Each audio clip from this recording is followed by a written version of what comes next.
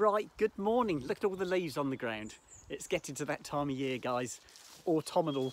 It's a little bit cooler this morning. It did rain last night.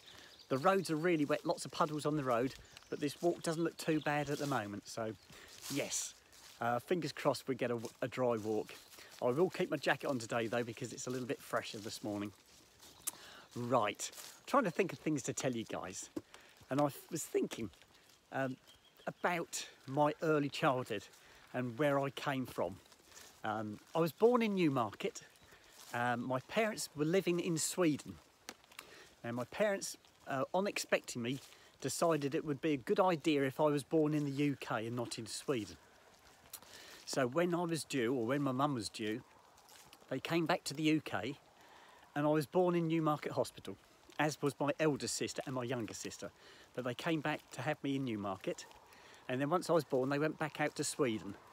And apparently we lived in Sweden for a couple of years. Not that I know anything about it. I can't remember anything about Sweden at all, but we lived in Sweden for a couple of years. My dad was working over there. My dad was a jockey, horse riding jockey, flat racing, and he worked in Sweden. They came back again to have my younger sister 2 years later, and she again was born in Newmarket, but on returning this time they didn't go back out to Sweden, they stayed in Newmarket. So I had the next 3 years I was in Newmarket. I can remember bits about Newmarket. I can't remember a lot about it as a young child. I can remember we lived on in a council house on the Freshfields estate. I can remember bits and bobs about that one. Vague memories, little things that stick in your mind. I did start school when I was in Newmarket. I can remember that. I didn't like school. But I can vaguely remember that. But not long after starting school, we moved. Now, we moved outside Newmarket to a little village in Cambridgeshire called Isleham, which was about 7 miles away from Newmarket, so that wasn't far away.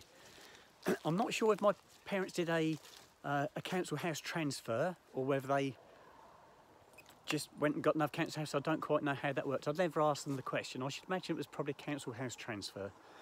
And my dad worked in Newmarket. He came out of horse racing. It's about, I'm trying to think of the year it was. I think it was somewhere around 65, 66, somewhere around there. My mum, she'd been a hairdresser. And when we moved to this little village, there was a shop became available. It was run by a family called the Cubans. And they had a house with a shop attached. And they decided they were going to sell the shop. So my mum and dad bought the shop, and my dad set my mum up as a hairdresser. He did the shop up himself. I can remember the shop. I can remember you used to walk in the front door. There's a big counter on your right hand side as you walk through the door. Then there's a line-up of hair dryers on the left-hand wall. I think there was about 4 hair dryers, where the lady sat underneath the hair dryers having the hair dried. Then dead ahead of you was like a cubicle with 2 seating positions, one with a sink and one without.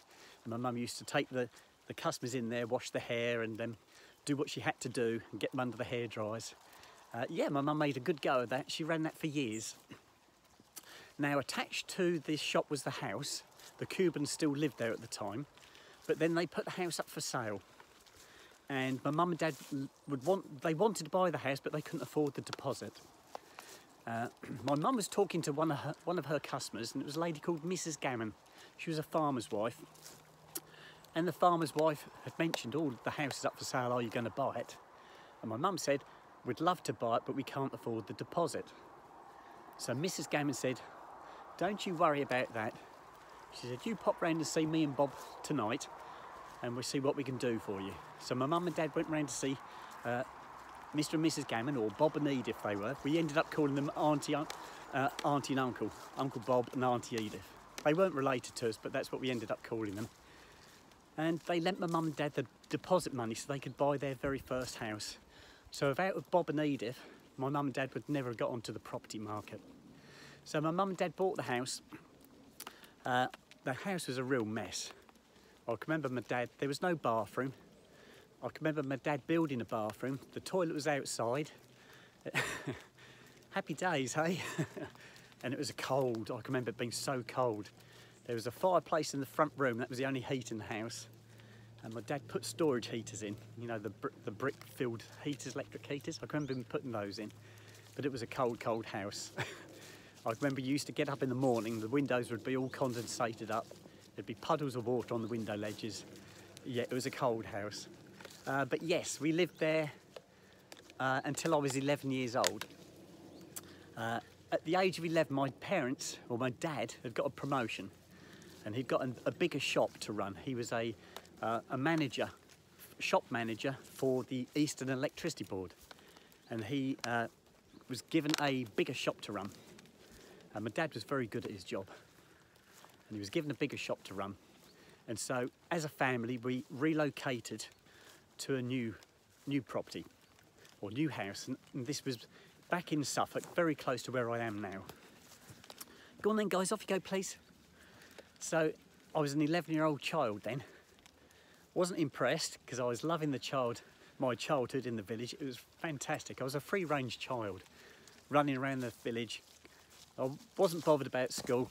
Couldn't have cared less about school. I was too busy enjoying myself. My school reports always used to read, easily misled, needs to try harder. Every year, without fail. At least I was regular.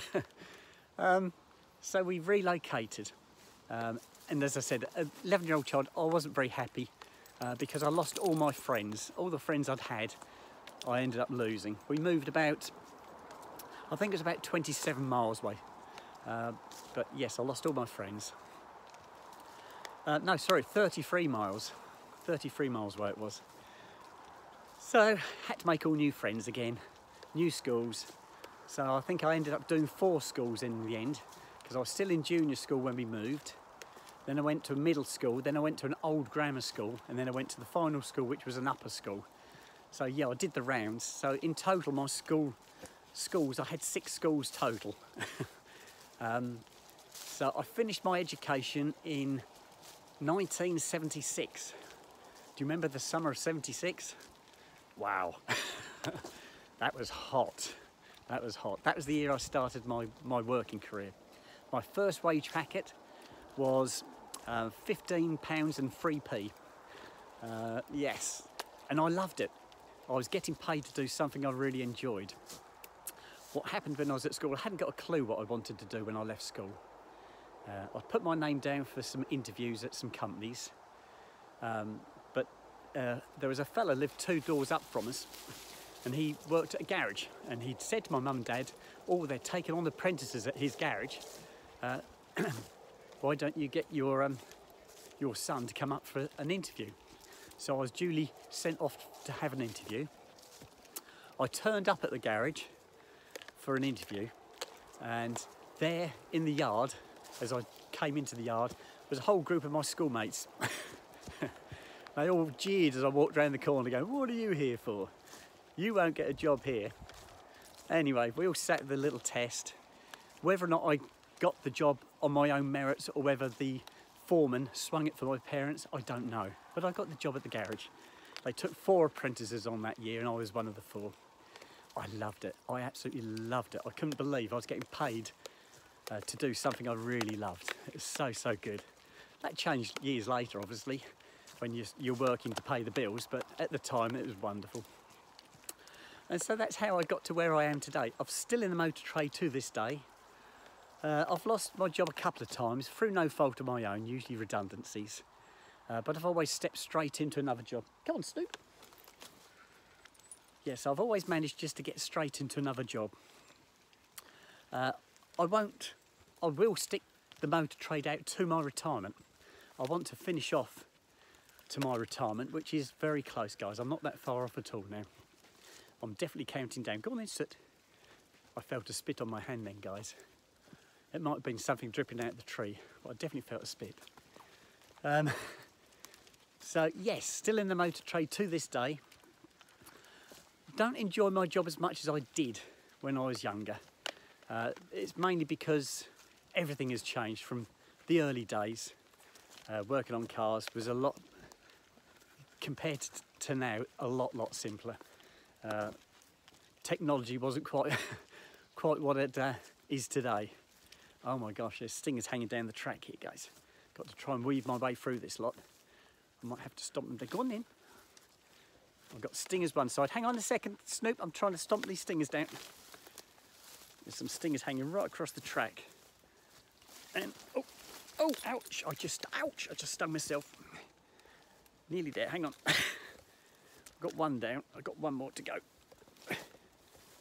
Nearly. Right, that's it. Oh, I stung all my hands. Right, okay. So yes, things have changed in the motor trade. As you all know, technology has moved on. I haven't necessarily moved on with it. I've got to the point where I don't really want to go there. It's all reprogramming, computers, diagnostic. Yeah, it's not what I remember as a youngster coming into the motor trade. It wasn't what I was expecting. Not back then anyway. God, I've stung both my hands, guys. Right, so yes, I'm still in the motor trade, looking to retire. Not long to go now, guys. Full of smiles, looking forward to my future. And I'm going to sign out because I've been babbling on for ages now. How long I've been? 11 minutes I've been babbling on, so let's stop this one and I'll start another video for you guys. Okay then, bye-bye.